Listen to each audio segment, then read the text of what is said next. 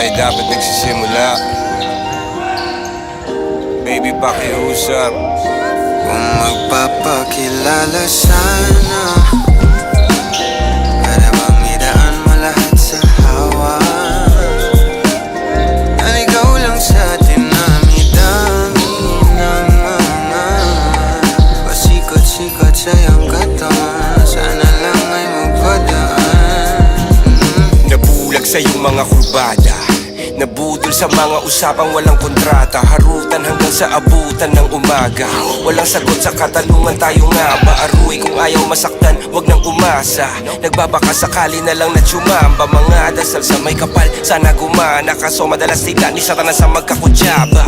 Matagal ko na tong pinapanalangin na ika'y tuluyang mapaibig sa'kin. Ngunit ako'y parang dagan, di na kitang nalawin. Pinaglaruan tapos pinakawalan rin. Tinigay tahimik, isip ay malalim. Hirap lang basahin, tila babaybayin. Sarili kong lingwahe ng pag-ibig ay pag-amin. Ikaw ginawa mong sining ang pagiging sinungaling. Kung magpapakilala sana, para bang idaan mo lahat sa hawa. Naligaw lang sa dinami-dami ng mga pasikot-sikot sa iyong katawan. Sana lang ay magpadaan. Ano ba talaga tayo?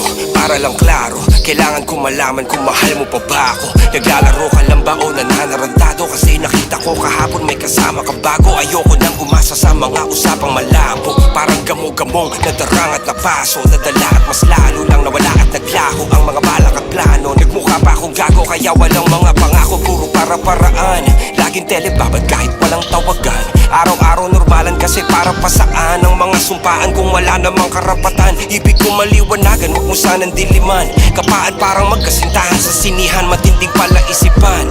Sa dami ng pasikot-sikot nagkakasalisihan. Kung magpapakilala sana, para bang idaan mo lahat sa hawa.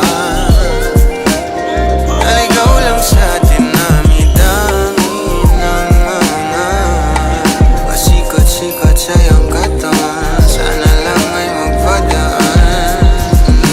Oras at konting espasyo lang ang kailangan nating dalawa sa ngayon. Ngunit parang di naman to hadlang. Palapit na tayo sa kalagwagan.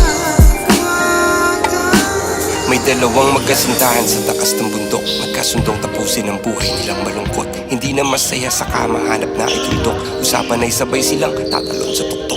Sabi niya, magtiwala ka lang sa'kin, mahal ko. Talon tayo ng sabay, pagbilang ko ng 3. Kaso lang, ang problema, pagkatapos niyang bumilang, siya lang ang tumalon. Si babae nagpaiwan, habang nakatingin sa kanya nakangiti lang. Ngunit biglang nagulat ang babae nang nakitang nakangiti din si lalaki habang pababa siya. Sabay biglang bukanan, dambuhalang para kaida. Ngayon sino mas taksil sa dalawa? Sino ang mas tuso? Sino ang mas tanga talaga? Yung lalaki ba na may dalang backup plano? Yung babae na wala siyang balak-bak?